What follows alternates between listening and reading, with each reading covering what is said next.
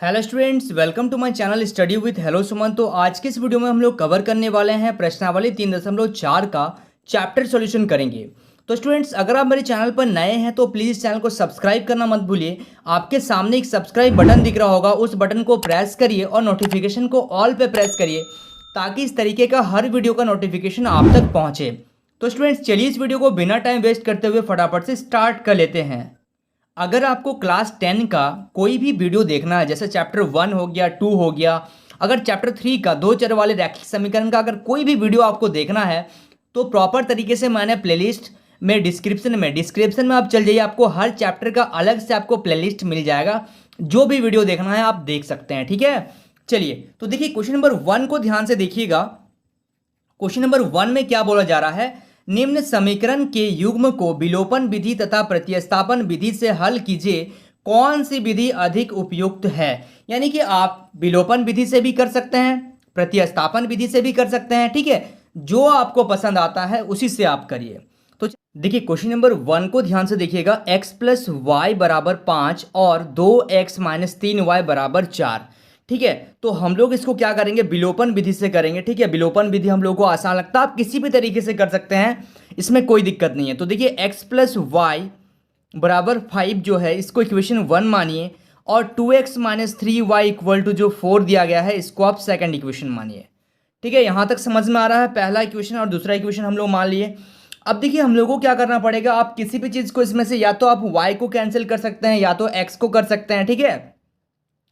तो अगर हम लोग x को करें तो x को हम लोग को माइनस यहाँ से कैंसिल करने के लिए x को दोनों को इक्वल करना पड़ेगा। तो यहाँ पे किससे मल्टीप्लाई करेंगे कि इसके जैसा आ जाएगा। तो यहाँ पे 2 नहीं है तो 2 से मल्टीप्लाई कर देंगे पूरा इक्वेशन में।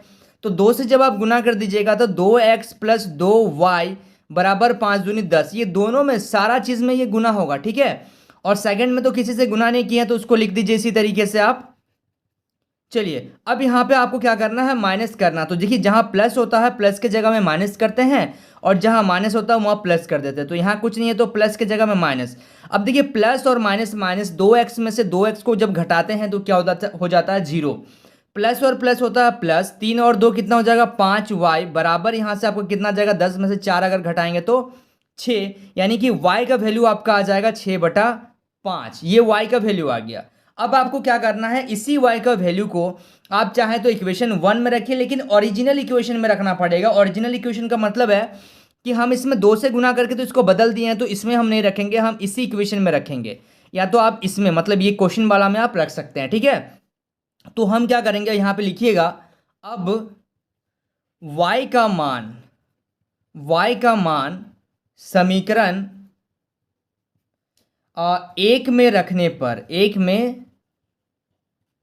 पर समीकरण एक में अब रख दे रहे हैं हम लोग। देखिए तो समीकरण एक क्या है, x प्लस वाई बराबर 5 है, यानी कि हम लोग x प्लस वाई के जगह में क्या लिखेंगे 6/5 बराबर कितना हो जाएगा 5। तो x बराबर क्या होगा 5, और ये 6/5 प्लस का है, जब ये इधर आ जाएगा तो माइनस का 6/5 हो जाएगा, ठीक है। तो अब देखिएगा यहाँ पे, तो x बराबर क्या हो जाएगा, x बराबर 5 बचे 25 माइनस 6, एलसीएम ले लीजिएगा इसको। तो x का वैल्यू आ जाएगा आपका कितना, यहाँ से हम गुना कर दिए सीधा, ठीक है। तो गुना कर दिए तो ये आ गया आपका 25 माइनस 6/5, यानी कि आपका यहाँ से आ गया x का वैल्यू 19/5। तो आपको थोड़ा सा यहाँ पे अब लिखना है, यहाँ पे थोड़ा सा आप लिखिएगा। यहाँ पे क्या लिखना है, देखिए x का वैल्यू आ गया, y का वैल्यू हम लोगों का यहाँ से आ गया, यहाँ से x का वैल्यू आ गया। तो अब आप लिखिएगा, अतः दिए गए रैखिक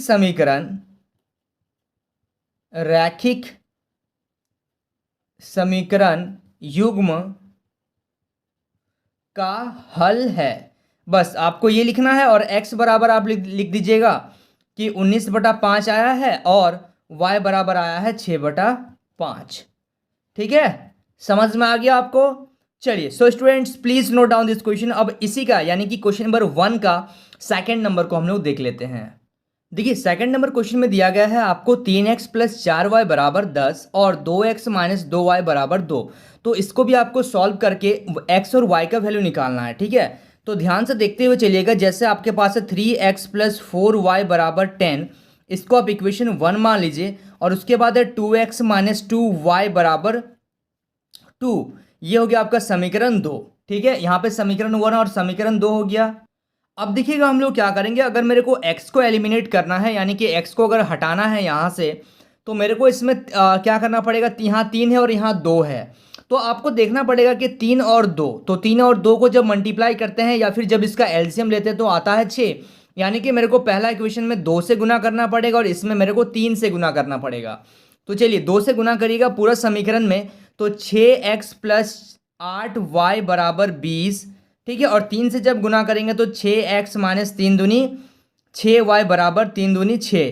ठीक है, अब इसको आप घटाएंगे, तो जब घटाते हैं तो जहाँ प्लस होता है वहाँ माइनस आ जाएगा, जहाँ माइनस है वहाँ प्लस आ जाएगा, और जहाँ प्लस है वहाँ माइनस, यानी कि साइन जो होता है चेंज हो जाता है। जब साइन चेंज हो जाएगा तो प्लस और माइनस, देखिए प्लस माइनस माइनस, 6 में से 6 को घटाएंगे तो ये 0 हो जाएगा, प्लस और प्लस हो जाएगा प्लस, तो 8 और 6 कितना हो जाएगा, 8 और 6 14, 14 y बराबर 20 में से जब 6 घटाएंगे तो 14, यानी कि y का वैल्यू आ गया मेरा 14। ये गुना में है, जब इस बार आ जाएगा तो 14, यानी कि जब कैंसिल होगा तो y इज इक्वल टू कितना आ जाएगा, 1। ठीक है, तो y का वैल्यू क्या आ गया, 1 आ गया। अब क्या करेंगे, y का जो वैल्यू आया है उसको आप क्या करिए, समीकरण 1 में रखना है, लेकिन समीकरण 1 मेरा ये वाला है। ठीक है, गुना करने के बाद जो आ रहा इसमें हम नहीं रखेंगे, हम ओरिजिनल इक्वेशन में रखेंगे, वो चीज़ आप ध्यान दीजिएगा। तो यहाँ पे लिखिएगा, अब y का मान समीकरण 1 में रखने पर, तो समीकरण 1 मेरा है 3x प्लस 4y बराबर 10। यही है ना मेरा इक्वेशन। तो अब आपको क्या करना है, इसमें से जहाँ जहाँ आपका y है, जहाँ y है वहाँ पे y का वैल्यू को डाल दीजिए, यानी कि 3x बराबर कितना आ गया, 10, और ये 4 को इधर लेके आ गया तो माइनस का 4 हो गया, यानी कि 3x बराबर आ गया 6। तो 3x बराबर 6 आ गया। अब यहाँ पे देखिए, तो 3x बराबर 6 है, तो x बराबर आ जाएगा आपका 6/3, यानी कि x का वैल्यू आ गया आपका 2। तो x का वैल्यू आ गया यहाँ से 2, और यहाँ पे y का वैल्यू कितना आ गया, y का वैल्यू आ गया 1, यानी कि यहाँ पे लिखिएगा, अतः दिए गए रैखिक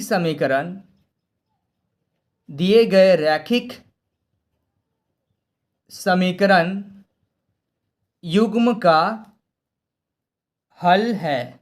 ठीक है, तो x बराबर आ गया है 2 और y बराबर आया है 1। ठीक है, समझ में आ रहा है आपको।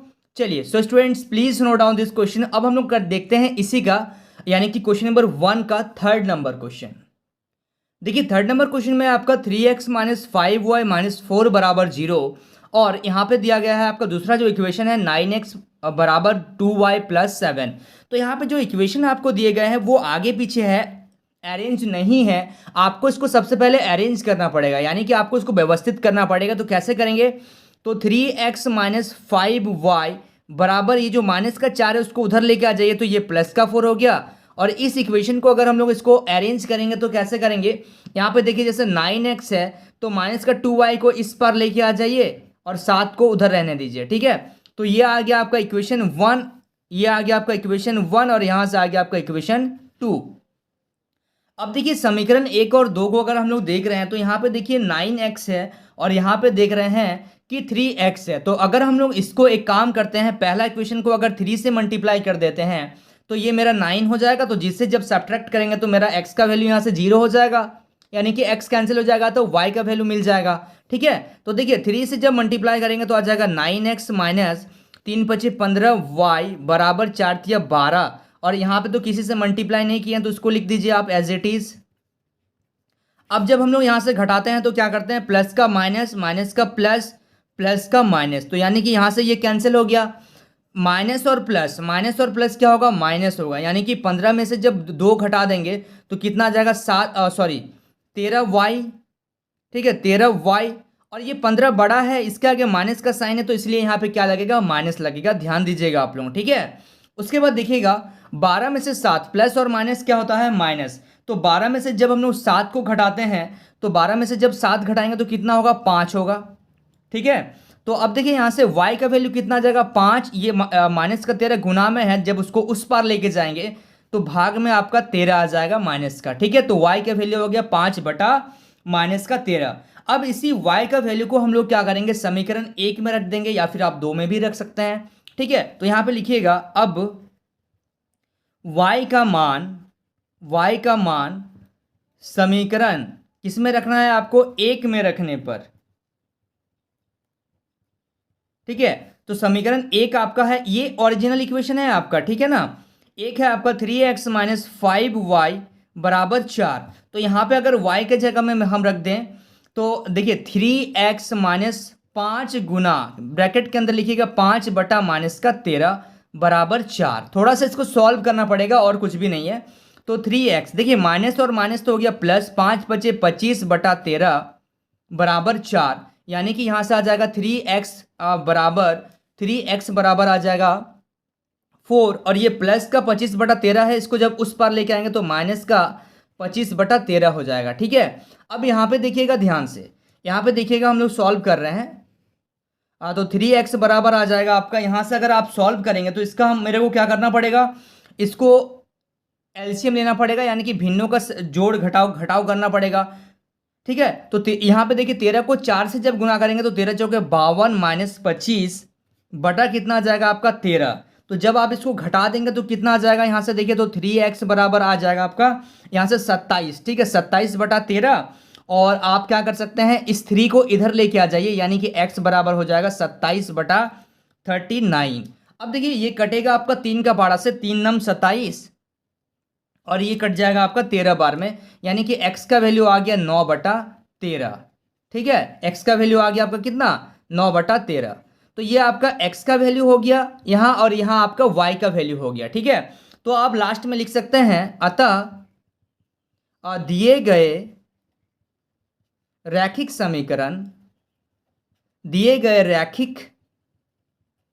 समीकरण युग्म का हल है। ठीक है, युग्म का हल है, और आपको लिखना है यहाँ पे x बराबर आ गया आपका 9 बटा 13, और आ गया है आपका y बराबर 5 बटा माइनस का 13। ठीक है, ध्यान से थोड़ा सा लिखिएगा आप लोग। ठीक है, समझ में आ रहा है आप लोग को यहाँ तक। चलिए, so students please note down this question. देखिए ये जो क्वेश्चन है आपका क्वेश्चन नंबर 1 का लास्ट क्वेश्चन है। ठीक है, और यहाँ पे देखिएगा थोड़ा सा इस क्वेश्चन में जो दिया गया है आपका पहला इक्वेशन x बटा 2 प्लस 2y बटा 3 बराबर माइनस का 1, ये आपको थोड़ा सा एलसीएम लेके इसको अरेंज करना पड़ेगा। ठीक है, तो देखिए इसका एलसीएम लेते हैं तो 3 दूनी कितना होता है 6, एलसीएम हम लोग ले लिए 6, 2 का पहाड़ा में 6 आता है 3 बार में, 3 को ऊपर वाले नंबर से गुना कर दीजिए, प्लस 3 का पहाड़ा में 6 आएगा आपका 2 बार में, 2 को ऊपर वाले नंबर से गुना कर दीजिए, यानी कि ये आ गया आपका y 4y। ठीक है, बराबर माइनस का 1। अब यहां से क्या करिए, क्रॉस मल्टीप्लाई कर दीजिए, यानी कि नीचे कुछ नहीं है तो 1 आप लिख सकते हैं, इसको इससे गुना करिएगा तो 3x प्लस 4y बराबर इस 6 को इससे गुना करिएगा तो माइनस का 6, यानी कि ये हो गया आपका समीकरण 1।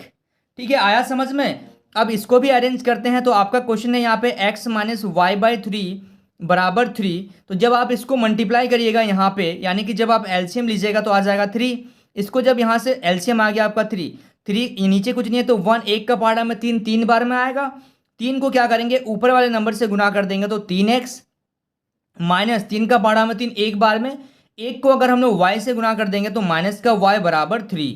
ठीक है, नीचे कुछ नहीं है तो 1 ले लीजिए, आप क्रॉस मल्टीप्लाई जब करिएगा तो ये आ जाएगा 3x माइनस वाई बराबर आ जाएगा आपका 9। ये आ गया आपका सेकेंड इक्वेशन। अब आप इसको सॉल्व कर लीजिए और आप क्या करेंगे, इसमें x और y का वैल्यू आपको मिल जाएगा। तो यहाँ पे लिखिएगा, यहाँ पे लिख दीजिएगा समीकरण एक में से दो घटाने पर, तो यहाँ से 3x प्लस 4y बराबर माइनस का 6 और 3x माइनस वाई बराबर 9।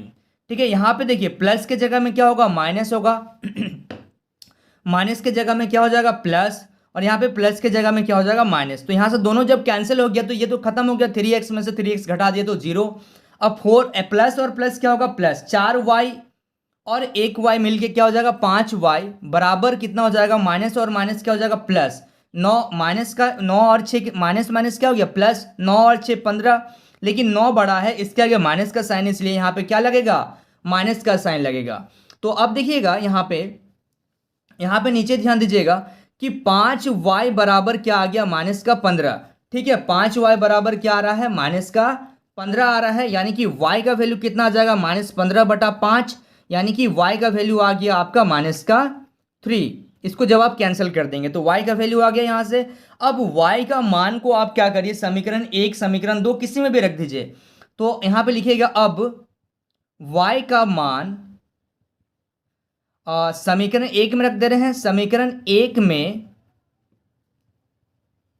रखने पर, ठीक है, समीकरण 1 में अगर रख दे रहे हैं तो समीकरण 1 मेरा क्या है, 3x + 4y बराबर -6, यानी कि 3x + 4 गुना -3 बराबर -6, यानी कि 3x प्लस और -4 क्या हो जाएगा 12 बराबर -6, यानी कि 3x बराबर हो जाएगा -6, और ये -12 को उस पार लेके चल गए तो +12 हो जाएगा, यानी कि 3x बराबर क्या आ गया 6 आ गया, यानी कि x बराबर क्या आ गया 6/3, यानी कि यहां से आ गया आपका 2, x का वैल्यू क्या आ गया 2 आ गया।